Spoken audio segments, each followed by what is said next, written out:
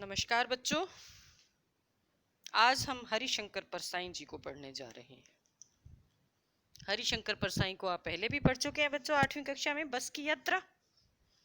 हरिशंकर परसाई एक व्यंग्यकार हैं और आज जो हम पढ़ने जा रहे हैं उनकी रचना वो भी एक व्यंग्य है।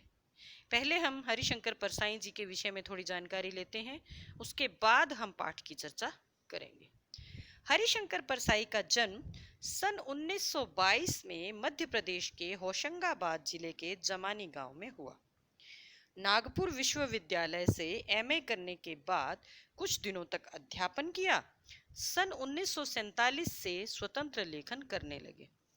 जबलपुर से वसुधा नामक पत्रिका निकाली, जिसकी हिंदी संसार में काफी सराहना हुई। सन 1995 में उनका निधन हो गया। हिंदी के व्यंग्य लेखकों में उनका नाम अग्रणी है। परसाई जी की कृतियों में हंसते हैं रोते हैं, जैसे उनके दिन फिरे, ये कहानी संग्रह है। रानी नागफनी की कहानी और तट की खोज, ये उनके उपन्यास हैं। तब की बात और थी, भूत के पांव पीछे, बेईमानी की परत, पगडंडियों का जमाना, सदाचार का तावीज, शिकायत मुझे भी है और अंत में, ये इनके निबंध संग्रह हैं। वैष्णव की फिसलन, तिरछी रेखाएं, ठिठुरता हुआ गणतंत्र, विकलांग श्रद्धा का दौर, ये इनके व्यंग्य संग्रह हैं। ये उल्लेखनीय है। भारतीय जीवन के पाखंड, भ्रष्टाचार, अंतर्विरोध, बेईमानी आदि पर लिखे उनके व्यंग्य लेखों ने शोषण के विरुद्ध साहित्य की भूमिका का निर्वाह किया। उनका व्यंग्य लेखन परिवर्तन की चेतना पैदा करता है। कोरे हास्य से अलग यह व्यंग्य आदर्श के पक्ष में अपनी उपस्थिति दर्ज कराता है। सामाजिक, राजनैतिक और धार्मिक पाखंड पर लिखे उनके व्यंग्यों ने व्यंग्य साहित्य के मानकों का निर्माण किया। मानक यानी स्टैंडर्ड। परसाई जी बोलचाल की सामान्य भाषा का प्रयोग करते हैं, किंतु संरचना के अनूठेपन के कारण उनकी भाषा की मारक क्षमता बहुत बढ़ जाती है। अब आप पढ़ोगे तो इन चीज़ों का आपको पता चलेगा कि उनकी भाषा किस तरह की है। वास्तव में वो बहुत छोटे छोटे वाक्य लिखते हैं, लेकिन उनका जो लिखने का तरीका है वो ऐसा है कि बड़ी गहरी चोट करता है। बहुत ही अच्छे ढंग से वो व्यंग्य लिखते हैं।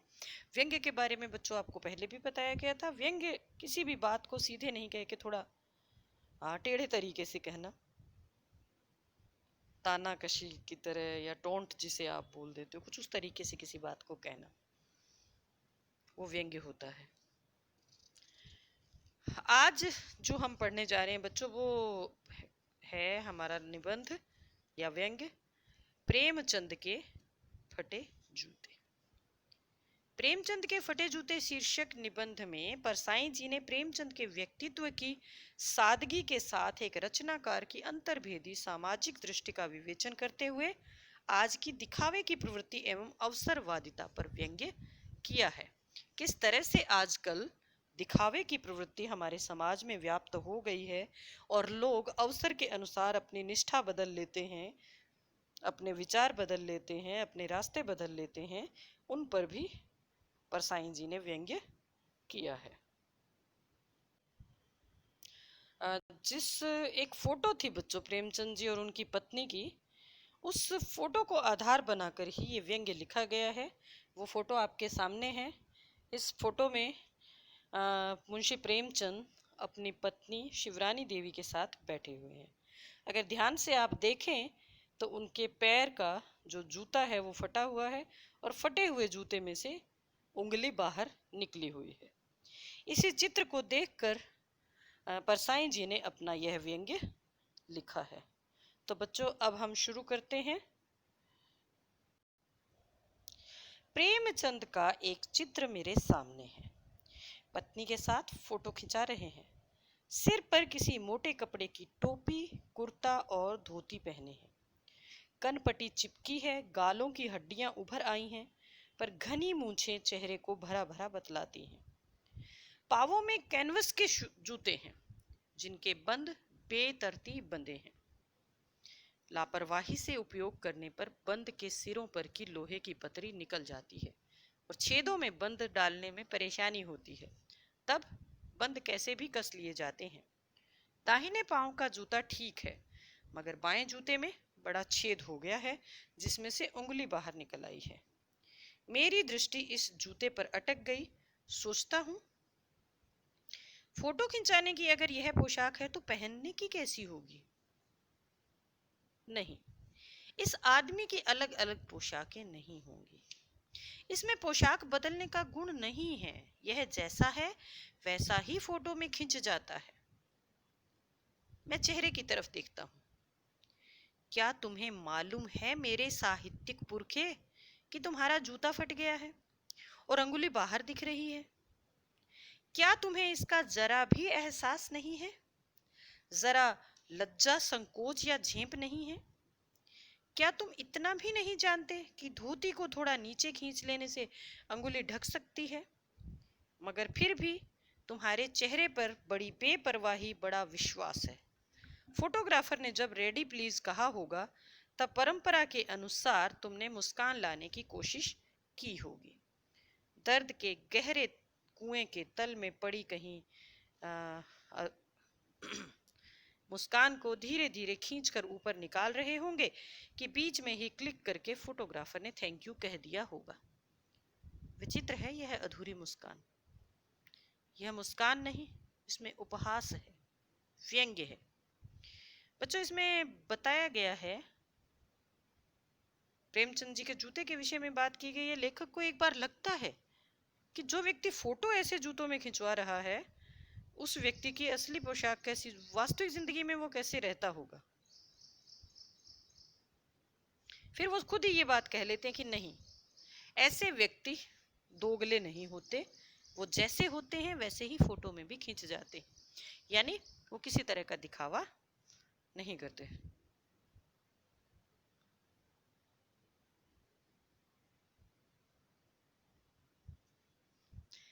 आपने देखा होगा बच्चों, जब फोटो खींची जाती है तो फोटोग्राफर सबको बिठाकर और पहले रेडी प्लीज, स्माइल प्लीज ऐसा कुछ बोलता है, और जब फोटो खींच जाती है तो थैंक यू बोलता है। तो उसी प्रथा का भी इसमें साथ में जिक्र किया। वो कह रहे जैसे ही फोटोग्राफर ने बोला होगा, शायद बीच में ही उनकी मुस्कान रह गई, आधी अधूरी सी जो मुस्कान है। लेखक कहते हैं वो मुस्कान नहीं है, असल में वो उपहास है, वो व्यंग्य है उन लोगों पर जो दिखावा करते हैं। ये कैसा आदमी है जो खुद तो फटे जूते पहने फोटो खिंचा रहा है पर किसी पर हंस भी रहा है।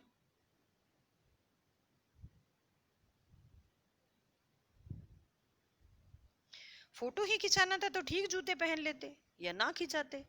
फोटो ना खिंचाने से क्या बिगड़ता था? शायद पत्नी का आग्रह रहा हो और तुम अच्छा चल भाई कहकर बैठ गए होंगे। मगर यह कितनी बड़ी ट्रेजेडी है कि आदमी के पास फोटो खिंचाने को भी जूता ना हो।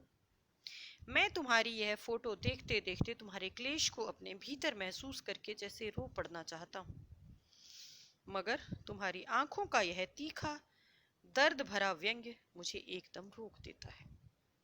तुम फोटो का महत्व नहीं समझते। समझते होते तो किसी से फोटो खिंचाने के लिए जूते मांग लेते।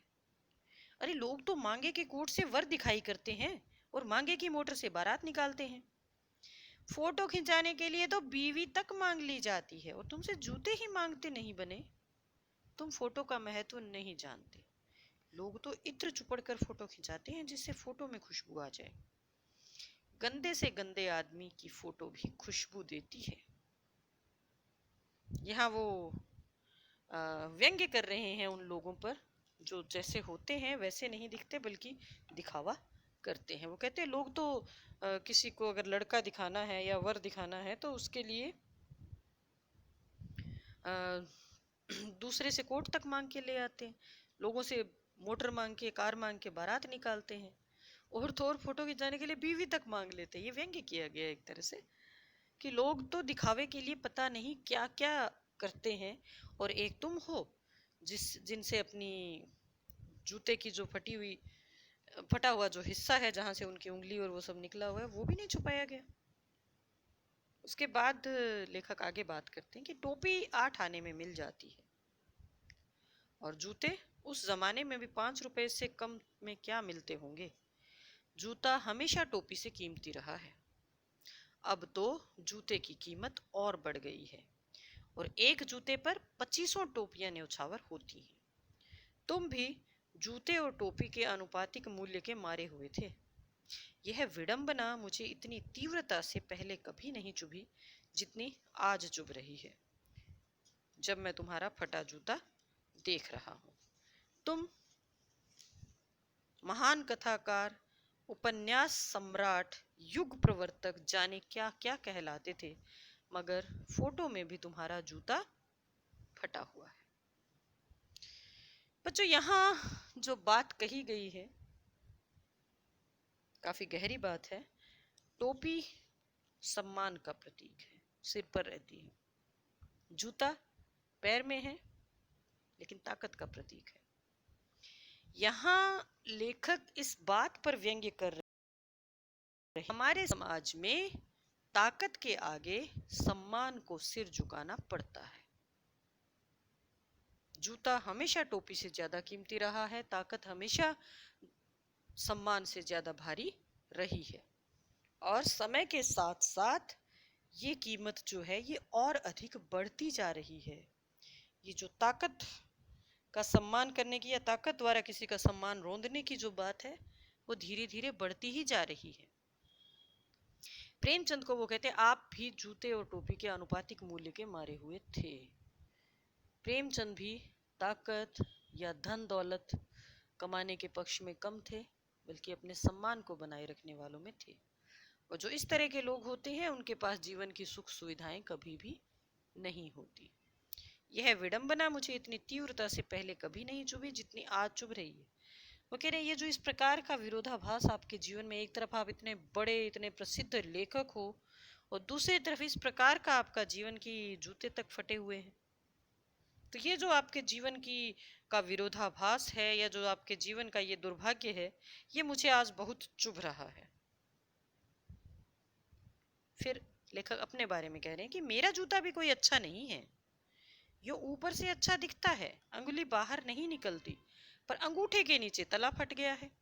अंगूठा जमीन से घिसता है और पैनी मिट्टी पर कभी रगड़ खाकर लहू लुहान भी हो जाता है। पूरा तला गिर जाएगा, पूरा पंजा छिल जाएगा, मगर अंगुली बाहर नहीं दिखेगी। तुम्हारी अंगुली दिखती है पर पांव सुरक्षित है। मेरी अंगुली ढकी है पर पंजा नीचे घिस रहा है। तुम पर्दे का महत्व ही नहीं जानते और हम पर्दे पर कुर्बान हो रहे हैं। यहाँ फिर लेखक कहते हैं वही दिखावे की प्रवृत्ति की, जो लोग दिखावा करते हैं अक्सर वो अंदर से खोखले होते हैं। दूसरों के सामने वो अच्छे दिखाई देते रहते हैं, लेकिन अंदर अंदर वो किस प्रकार के कष्टों को सहन करते हैं वो कभी भी समाज के सामने नहीं आते। जूते के उदाहरण से ही लेखक कहते हैं कि मेरा जूता भी अच्छा नहीं है, ऊपर से अच्छा दिखाई देता है लेकिन अंदर से फट गया है, वो नीचे से फट गया है। जब वो चलते हैं तो कह रहे हैं कि मेरा अंगूठा जो है वो जमीन से घिसता है और रगड़ खाकर खून भी आ जाता है। तला पूरा गिर जाएगा, चाहे पूरा पंजा छिल जाए, लेकिन उंगली नहीं दिखती। यानी मैं अंदर से चाहे कितना ही कष्ट क्यों ना उठा लूं, लेकिन मेरी जो वास्तविक स्थिति है वो किसी को दिखाई नहीं देती। तुम्हारी उंगली दिख रही है पर पांव सुरक्षित है और मेरी उंगली ढकी है पर पंजा घिस रहा है। तो वो कह रहे हैं कि हम दोनों की स्थिति बिल्कुल अलग है। मैं अपनी स्थिति को छुपाने में लगा हुआ हूं और आप हो कि सबको दिखा रहे हो।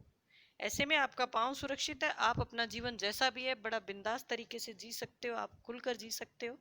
और एक हम हैं जो अपने वास्तविक स्थिति को छुपाने में ही लगे हुए हैं। वो कह रहे हैं कि आप पर्दे का महत्व जानते ही नहीं हो, किसी भी चीज का छुपाना क्या होता है। बहुत सारे लोग ऐसे होते हैं बच्चों जो अपनी वास्तविक स्थिति को छिपा कर और पता नहीं क्या क्या दिखावा करते हैं, किस तरह की बातें करते हैं। तो प्रेमचंद जी को वो कह रहे हैं कि लोग तो पर्दे के लिए न जाने क्या क्या करते हैं, पर्दे के लिए कुर्बान हो जाते हैं, और एक आप हो कि आपको पता ही नहीं पर्दा होता क्या है या अपनी स्थिति को कैसे छुपाया जा सकता है। तुम फटा जूता बड़े ठाठ से पहने हो, मैं ऐसे नहीं पहन सकता। फोटो तो जिंदगी भर इस तरह नहीं खिंचाऊं, चाहे कोई जीवनी बिना फोटो के ही छाप दे। तुम्हारी यह व्यंग्य मुस्कान मेरे हौसले पस्त कर देती है। क्या मतलब है इसका? कौन सी मुस्कान है यह? क्या होरी का गोदान हो गया? अब ये कुछ इनकी कहानियां हैं बच्चों, जो आप अगर पढ़ोगे तभी इन बातों को समझ पाओगे। होरी के गोदान की बात, ये गोदान नाम का एक उपन्यास है प्रेमचंद जी का, जिसमें दिखाया गया है कि एक गरीब किसान पूरी उम्र इस बात को तरसता रह जाता है कि कभी उसके पास एक गाय हो और वो उसके बच्चे उस गाय का दूध पिए, गाय से होने वाले बछड़ों से वो कल को अपने खेत में खेती करे, लेकिन वो ये इच्छा उसकी पूरी नहीं हो पाती। और उसकी मृत्यु के समय पंडित कहते हैं कि अगर गाय का दान नहीं किया तो इसकी मुक्ति नहीं हो पाएगी। ये हमारे समाज की एक बहुत बड़ी विडंबना है, एक बहुत बड़ी कुरीति है, तो उसकी तरफ इसमें इशारा किया गया था। दूसरी कहानी है, क्या पूस की रात में नील गाय हल्कू का खेत चर गई। ये भी एक इसी तरह की कहानी। हल्कू नाम का एक व्यक्ति है जो पोष के महीने में ठंड में अपने खेत में रखवाली करता है। कुछ भी उसके पास नहीं है, ओढ़ने को ढंग का कंबल भी नहीं है, और रात में नील गाय आकर उसके खेत को चर जाती है। क्या सुजान भगत का लड़का मर गया क्योंकि डॉक्टर क्लब छोड़कर नहीं आ सकते। ये कहानी भी कुछ इसी तरह की थी कि सुजान भगत नाम का एक व्यक्ति है, उसके एक ही बेटा है जो बहुत बीमार है। वो डॉक्टर को बुलाने के लिए आता है, उनकी सवारी के पैसे देने को भी तैयार है, लेकिन डॉक्टर नहीं आते। वो कहते हैं मुझे क्लब जाना है और मुझे काम है, मैं नहीं आ सकता, और सुजान का लड़का मर जाता है। हालांकि बहुत समय के बाद डॉक्टर के लड़के को सांप काट लेता है और सुजान भगत के पास ही सांप के कांटे का इलाज होता है। वो पुरानी वो सारी जो उसके मन में डॉक्टर के प्रति जो भी उसके दुर्भावनाएं थी, उनको छोड़कर अपना धर्म निभाने के लिए वहां जाता है और उसके लड़के को जिला देता है। तो बहुत बड़ा व्यंग्य था इस कहानी में भी कि इतना पढ़ लिख कर भी लोग किस तरह से स्वार्थी हो जाते हैं। डॉक्टर तो बहुत पढ़ा लिखा होता है, तो ऐसे व्यक्ति को हम क्या माने।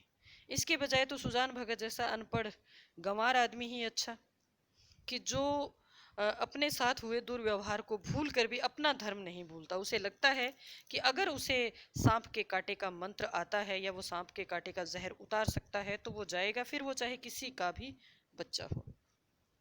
तो ये जो चीज है, इस पर व्यंग्य किया गया था इसमें। और नहीं, मुझे लगता है माधो औरत के कफन के चंदे की शराब पी गया, वही मुस्कान मालूम होती है। ये कहानी भी कुछ इसी तरह की थी बच्चों की।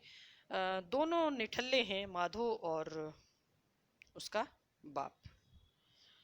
दोनों खूब शराब पीते हैं, कुछ काम धाम नहीं करते हैं। माधो की पत्नी मर जाती है, कफन के भी पैसे उनके पास नहीं होते। गांव वाले चंदा करके उन्हें कफन के पैसे देते हैं और वो कफन लेने के लिए जाते हैं, लेकिन वहां उन पैसों से शराब पी लेते हैं और कुछ खाना खा लेते हैं।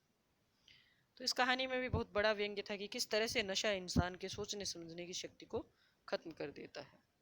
तो ये इनकी कहानी। वो कह रहे कौन सी मुस्कान है, उनको किस चीज को लेकर ये व्यंग्य भरी मुस्कान आ रही है। क्या वो होरी का गोदान वाला सीन उनके दिमाग में, वो दृश्य उनके सामने आ रहा है, उसकी वजह से है, या हल्कू के आलस्य की वजह से जो नील गाय खेत चर गई थी उसकी तरफ इशारा है, या उस डॉक्टर के लिए ये व्यंग्य है जो किसी की जान से ज्यादा कीमती क्लब में जाने को समझता है, या फिर उस माधो के बारे में जिसकी पत्नी घर में मरी पड़ी है और वो चंदे में आए हुए पैसे जिनसे कफन खरीदना था उनसे शराब पी गया। तुम कौन सी बात पर इस प्रकार से मुस्कुरा रहे हो, मैं जानना चाहता हूँ। मैं तुम्हारा जूता फिर देखता हूँ कैसे फट गया यह, मेरी जनता के लेखक क्या बहुत चक्कर काटते रहे। क्या बनिए के तगादे से बचने के लिए मील 2 मील का चक्कर लगाकर घर लौटते रहे। तगादा क्या होता है? बार बार जो वो पैसे मांगते हैं, जल्दी दो, उसे कहा गया। चक्कर लगाने से जूता फटता नहीं है, घिस जाता है। कुंभन दास का जूता भी फतेहपुर सीकरी आने जाने में घिस गया था। उसे बड़ा पछतावा हुआ। उसने कहा आवत जात पन्हैया घिस गई, बिसर गयो हरि नाम। और ऐसे बुलाकर देने वालों के लिए कहा था कि जिनके देखे दुख उपजत है तिनको करबो परे सलाम। चलने से जूता घिसता है, फटता नहीं। तुम्हारा जूता कैसे फट गया? मुझे लगता है तुम किसी सख्त चीज को ठोकर मारते रहे हो। कोई चीज जो परत पर परत सदियों से जम गई है, उसे शायद तुमने ठोकर मार मार कर अपना जूता फाड़ लिया। कोई टीला जो रास्ते पर खड़ा हो गया था, उस पर तुमने अपना जूता आजमाया। तुम उसे बचाकर उसके बगल से भी तो निकल सकते थे। टीलों से समझौता भी तो हो जाता है। सभी नदियां पहाड़ थोड़े फोड़ती हैं। कोई रास्ता बदलकर घूमकर भी तो चली जाती है। यहाँ प्रेमचंद जी के अपने उसूलों के साथ समझौता ना करने की बात की तरफ लेखक ने इशारा किया है। वो कहते हैं कि शायद तुम्हारा जूता फटने की जो मुख्य वजह है वो ये है कि तुमने किसी सख्त चीज को ठोकर मारी। हमारे समाज की जो कोई कुरीतियां रही होंगी, जो हमारे समाज की बुराइयां थी, शायद तुमने उनको ठोकर मार मार कर जूता फाड़ लिया। जो कोई बाधा तुम्हारे रास्ते में आई, तुमने उसी पर अपना जूता आजमाया, उसी को तुमने ठोकर मारी। लेखक कहते हैं कि तुम उन टीलों से बच के भी तो निकल सकते थे। सब लोग कहाँ समस्याओं का सामना करते हैं, कहाँ समस्याओं के समाधान की बात सोचते हैं। लोग तो टीलों से समझौते कर लेते हैं।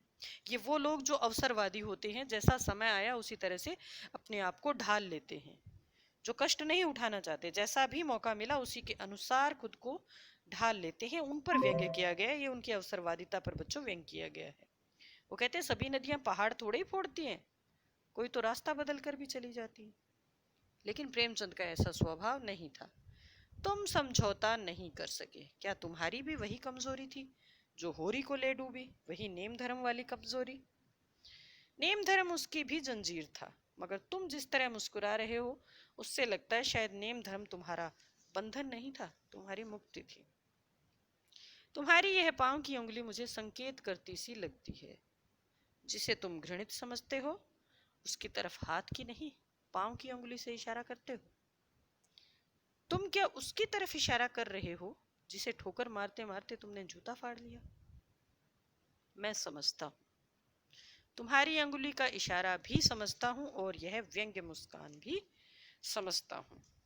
तुम मुझ पर या हम सभी पर हंस रहे हो, उन पर जो अंगुली छिपाए और तलवा घिसाए घिसाए चल रहे हैं, उन पर जो टीले को बरका कर बाजू से निकल रहे हैं। बरकाना, बचाकर एक तरफ करके। तुम कह रहे हो मैंने तो ठोकर मार मार कर जूता फाड़ लिया। अंगुली बाहर निकल आई पर पांव बच रहा और मैं चलता रहा। मगर तुम अंगुली को ढांकने की चिंता में तलुए का नाश कर रहे हो। तुम चलोगे कैसे? मैं समझता हूं, मैं तुम्हारे फटे जूते की बात समझता हूं, अंगुली का इशारा समझता हूं, तुम्हारी व्यंग्य मुस्कान समझता हूं। तो बच्चों, ये था हमारा पाठ प्रेमचंद के फटे जूते। अब हम इसके प्रश्न देखते हैं। प्रश्नों के माध्यम से कुछ बातें हैं जो और अधिक स्पष्ट हो जाएंगी। हमने बीच बीच में कुछ चीज़ें हैं जिनको स्पष्ट करने की कोशिश की है, लेकिन प्रश्नों के माध्यम से ये और अधिक स्पष्ट हो जाएंगी। पहला प्रश्न जो हमारा है कि हरिशंकर परसाई ने प्रेमचंद का जो शब्द चित्र हमारे सामने प्रस्तुत किया है, उसमें प्रेमचंद के व्यक्तित्व की कौन कौन सी विशेषताएं उभर कर आती हैं? कौन कौन सी विशेषताएं हैं?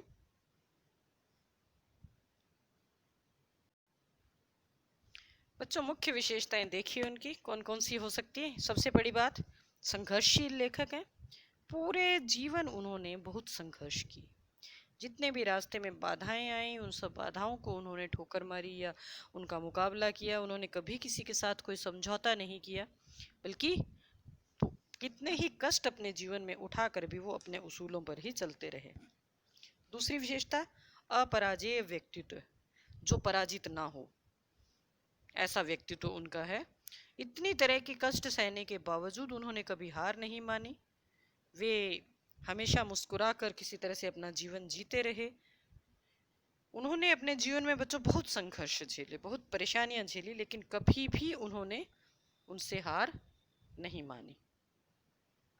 कष्टग्रस्त जीवन, उनका जीवन बहुत कष्टमय था। आपको बताती हूँ मैं बच्चों, उन्होंने अंग्रेजों के खिलाफ बहुत कुछ लिखा है। स्वतंत्रता संग्राम में उनकी बड़ी महत्वपूर्ण भूमिका रही है।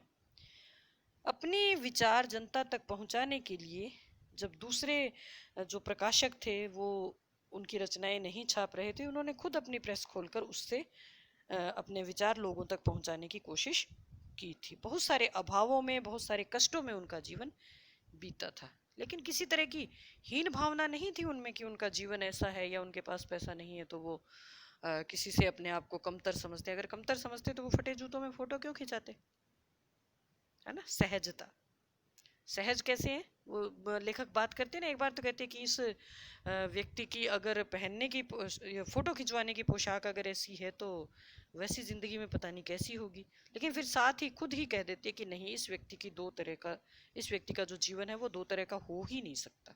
ये सहज जीवन जीने वाला व्यक्ति है, ये बाहर अंदर बिल्कुल एक जैसा है।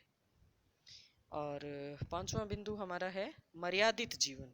मर्यादित यानी मर्यादाओं में रहकर अपने नियम कानून में बंध कर जीने वाले लोग, जो समय के अनुसार अपने आस्थाएं बदलते नहीं हैं, जो अपने नियम धर्म के अनुसार जो भी उनकी अपनी लेखकीय उनकी गरिमा थी या जो उनके अपने नियम थे जो उनको उन्होंने हमेशा बना कर रखा।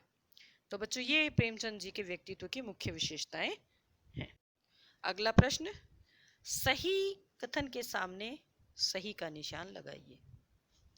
बाएं पांव का जूता ठीक है मगर दाहिने जूते में बड़ा छेद हो गया जिसमें से उंगली बाहर निकल आई है, सही है क्या? ठीक है, सही है। लोग तो इत्र चुपड़ कर फोटो खिंचवाते हैं जिससे फोटो में खुशबू आ जाए, सही है? हाँ बिल्कुल सही है, यही बात कही है ना उन्होंने। और तुम्हारी यह व्यंग्य मुस्कान मेरे हौसले बढ़ाती है, बढ़ाती है नहीं, वो ये कह रहे हैं कि हौसले पस्त हो जाते। पहला बाएं पांव का जूता ठीक नहीं, बाएं पांव का जूता है वो फटा हुआ है। आप ध्यान से एक बार पढ़ के देख लीजिए इसको, अक्सर कई बार ये उल्टा हो जाता है। बाएं पांव के जूते में छेद है और दाएं पांव का जूता सही है। तो पहला जो है बेटा ये गलत है, दूसरा सही है, तीसरा गलत है। तुम जिसे घृणित समझते हो उसकी तरफ अंगूठे से इशारा करते हो, नहीं उंगली से इशारा करते हो। अंत में जो हमने पढ़ा उसमें यही बात आई थी ना कि जिसको तुम अच्छा नहीं समझते हो या घृणित समझते हो उसकी तरफ उंगली से इशारा करते हो, तो ये भी गलत है। अगला प्रश्न बच्चों, जूता हमेशा टोपी से कीमती रहा है, अब तो जूते की कीमत और बढ़ गई है। एक जूते पर 2500 टोपियां न्यौछावर होती हैं। इस पंक्ति में क्या व्यंग्य है हमें बताना है। हमने बात की थी बच्चों पाठ के दौरान कि टोपी सम्मान का प्रतीक है, टोपी हमारे सिर पर रहती है, जूता पाँव में रहता है। देखा जाए तो जूते की कीमत या जूते का महत्व कम होना चाहिए, लेकिन जूता ताकत का प्रतीक है। तो यह है कि जो व्यक्ति वास्तव में ऊंचा है, जिसका सम्मान होना चाहिए, उसको समाज में सम्मान नहीं मिलता है, बल्कि जो ताकतवर लोग हैं, जो धनवान लोग हैं, जिनके पास पैसे की ताकत है या कोई और ताकत है, लोग उसी को अधिक महत्व देते हैं। और जो सम्मान करने योग्य व्यक्ति जो होते हैं या जो सम्मान लोगों का आत्मसम्मान है, वो अक्सर ताकत के आगे झुकता है, उनको ताकत के आगे झुकना पड़ता है। एक धनवान व्यक्ति पर बहुत सारे लोग हैं जो गुणी लोग हैं, वो उनकी जी हजूरी करते रहते हैं अपने स्वार्थ के लिए, स्वार्थ के लिए ही जी हजूरी की जाती है। ताकत के आगे हाथ जोड़कर खड़े रहते हैं ताकि उनके स्वार्थ सिद्ध हो सके। तो इसी बात पर व्यंग्य इसमें किया गया है। तुम पर्दे का महत्व ही नहीं जानते, हम पर्दे पर कुर्बान हो रहे हैं। इस पंक्ति में दिखावे की प्रवृत्ति वाले जो लोग हैं उनकी तरफ कवि का व्यंग्य है, उनकी तरफ इशारा है। प्रेमचंद ने कभी भी अपने जीवन की जैसी भी स्थिति थी उसको ढकने की कोशिश नहीं की, जैसे वो थे वैसे ही थे और वो संतुष्ट थे, उन्हें कभी कुछ छुपाने की जरूरत नहीं पड़ी। जैसे वो अंदर थे वैसे ही बाहर थे, जैसा उनका पहनावा था वैसा ही था। तो लेखक कहते हैं कि प्रेमचंद का जो सोचने का ढंग है, जो प्रेमचंद के मनोभाव है, उनमें और हमारे युग के जो अन्य लोग हैं उनमें बहुत अंतर है। आजकल लोग पर्दा रखने को ही सबसे बड़ा गुण मानते हैं, पर्दे के लिए कुर्बान होने को रहते हैं, अपनी वास्तविक स्थिति को छुपाकर, अपने सारे कष्टों को छुपाकर लोगों के सामने ढोंग करते हैं कि उनके जैसा सुखी या उनके जैसा कोई बड़ा व्यक्ति है ही नहीं। और आज का जमाना ही ऐसा है, जो दिखावा करता है उसी को लोग अच्छा मानते हैं। तो इसी बात की तरफ इसमें इशारा किया गया है। जिसे तुम घृणित समझते हो उसकी तरफ हाथ की नहीं, पांव की उंगली से इशारा करते हो। लेखक कहता है कि प्रेमचंद ने जिसको भी जीवन में घृणा के योग्य समझा है उसकी तरफ हाथ की नहीं बल्कि पांव की उंगली से इशारा किया। यानी जो चीज भी उनको जीवन में गलत लगी उन्होंने कभी उसको महत्व नहीं दिया, उसको अपनी ठोकर में ही रखा। इसकी तरफ इशारा किया गया है। चौथा प्रश्न, पाठ में एक जगह लेखक सोचता है कि फोटो खिंचाने की अगर ये पोशाक है तो पहनने की कैसी कैसी होगी, लेकिन अगले ही पल वह विचार बदलता है, नहीं, इस आदमी की अलग अलग पोशाकें नहीं हो सकती। आपके अनुसार इस संदर्भ में प्रेमचंद के बारे में लेखक के विचार बदलने की क्या वजह हो सकती है? लेखक प्रेमचंद को जानते हैं कि वो किस प्रकार के स्वभाव के व्यक्ति थे। दूसरी बात, अगर वो दिखावा करने वाले ही होते तो जूता छिपा सकते थे, दूसरे से जूते मांग कर पहन सकते थे, कुछ भी कर सकते थे। तो लेखक ऐसा इसीलिए कह रहा है कि अगर वो दिखावा करने वाले होते तो किसी न किसी तरीके से दिखावा कर सकते थे, लेकिन उन्होंने ऐसा नहीं किया। तो ऐसा व्यक्ति जो है वो कभी भी दो तरह का नहीं होता। कुछ लोग ऐसे होते हैं जो जैसे होते हैं वैसे ही दिखते हैं, उन्हें किसी तरह के दुराव छिपाव की या कुछ छुपाने की लोगों से आवश्यकता नहीं होती। इसी बात को जानकर लेखक ने अपने विचार बदल दिए। अगला प्रश्न, आपने यह व्यंग्य पढ़ा, इसे पढ़कर लेखक की कौन सी बातें आपको आकर्षित करती हैं?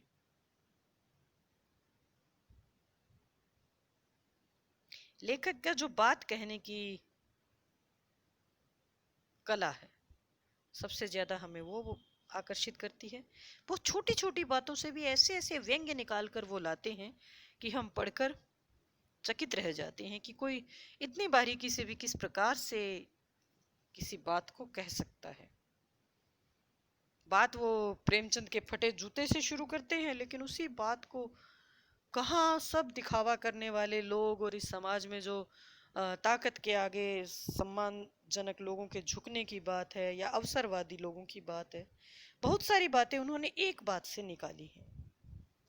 और बड़ा ही व्यंग्यात्मक तरीके से जिस ढंग से उन्होंने ये व्यंग्य लिखा है, हमें उनकी वह शैली बहुत पसंद आई। पाठ में टीले शब्द का प्रयोग किन संदर्भों को इंगित करने के लिए किया गया होगा? टीला रास्ते की रुकावट है। अब रुकावट कोई भी हो सकती है। प्रेमचंद ने बच्चों जितना भी साहित्य लिखा है उसे वो पूरा समाज से संबंधित साहित्य है। हमारे समाज में जिस तरह की कुरीतियां हैं उन पर उन्होंने पूरी चोट की है। लोगों के जो भ्रष्ट आचरण है उन्होंने उस पर चोट की। अगर आपने उनका साहित्य पढ़ा है तो आप जान सकते हो कि उन्होंने किन किन चीज़ों पर चोट की है। उन्होंने जो हमारे समाज में छुआछूत, शोषण है, अन्याय है, जात पात की बात है, उस जमाने में उधार लेते थे पैसे, महाजन की जो सभ्यता थी वो थी, इन सारी बुराइयों की तरफ उन्होंने इशारा किया है। जो पंडे लोग हैं और तरह तरह के कर्म कांड करते हैं, गरीब लोगों को ठगते हैं, उनकी तरफ भी उन्होंने इशारा किया। तो ये बहुत सारी सामाजिक बुराइयां हैं जो समाज के विकास में रुकावट की तरह है, टीले की तरह आगे खड़ी हुई है। तो उन्हीं की तरफ इसमें इशारा किया गया है। प्रेमचंद के फटे जूते को आधार मानकर परसाई जी ने यह व्यंग्य लिखा। आप भी किसी व्यक्ति की पोशाक को आधार बनाकर एक व्यंग्य लिखिए। ये तो बेटा आपको खुद अपने मन से ही लिखना है, देखिए, ठीक है। अगला प्रश्न देख लीजिए आप। ये आप अपनी कल्पना के अनुसार लिखिए। किसी भी व्यक्ति की पोशाक का मजेदार ढंग से वर्णन आपको लिखना है। आपकी दृष्टि से वेशभूषा के प्रति लोगों में आज क्या परिवर्तन आया है?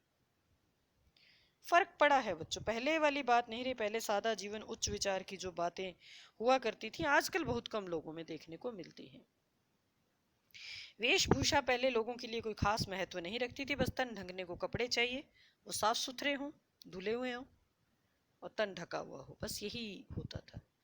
और बहुत बन संवर के रहने का उस समय नहीं था। बहुत सारे लोग ऐसे थे जिनको लगता था कि मेरी पोशाक से या मेरी वेशभूषा से लोगों को मेरे बारे में अंदाजा ना लगे, बल्कि मैं कैसी सोच रखता हूँ, मेरे कैसे विचार है, उसके आधार पर मुझे सम्मान मिलना चाहिए समाज में। लेकिन आजकल ऐसा नहीं है। आजकल लोग अपनी वेशभूषा को लेकर बहुत सचेत हो गए हैं। बाहर निकलने से पहले अपने वेशभूषा का पूरा ध्यान रखते हैं। विद्यालय में भी अगर आप देखो तो आपकी वेशभूषा के प्रति खास सचेत सब रहते हैं। आपको एक तरह की ड्रेस पहन के या यूनिफॉर्म जिसे आप कह देते हो वो पहन के आते हो। स्कूल में पैंट पहन के आना या लड़कियां जो है वो स्कर्ट पहन के आना, ये सब चीज़ें हैं। हमारी जो वेशभूषा है उसमें भी पाश्चात्य संस्कृति का काफ़ी असर उसमें आ गया है। आज के समय में अगर कोई लड़की स्कूल में सलवार कमीज या फिर साड़ी पहन के आ जाए तो शायद सब उसका मजाक उड़ाएंगे।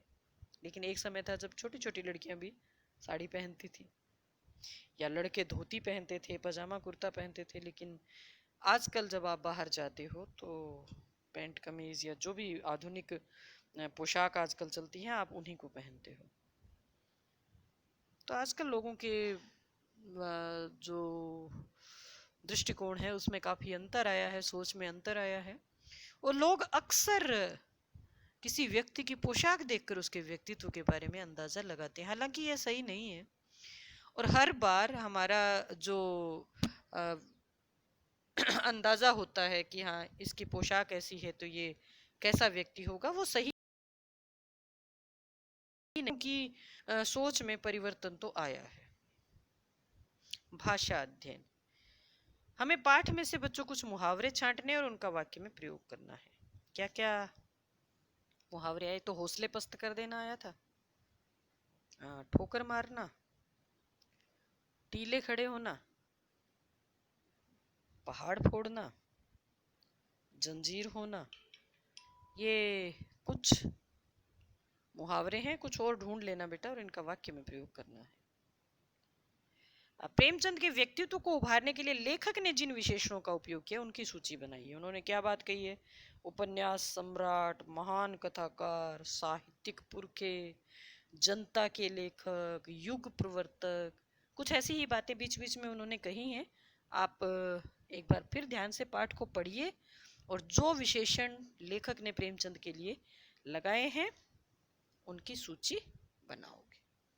तो बच्चों इसके साथ ही हमारा ये पाठ यहीं समाप्त होता है।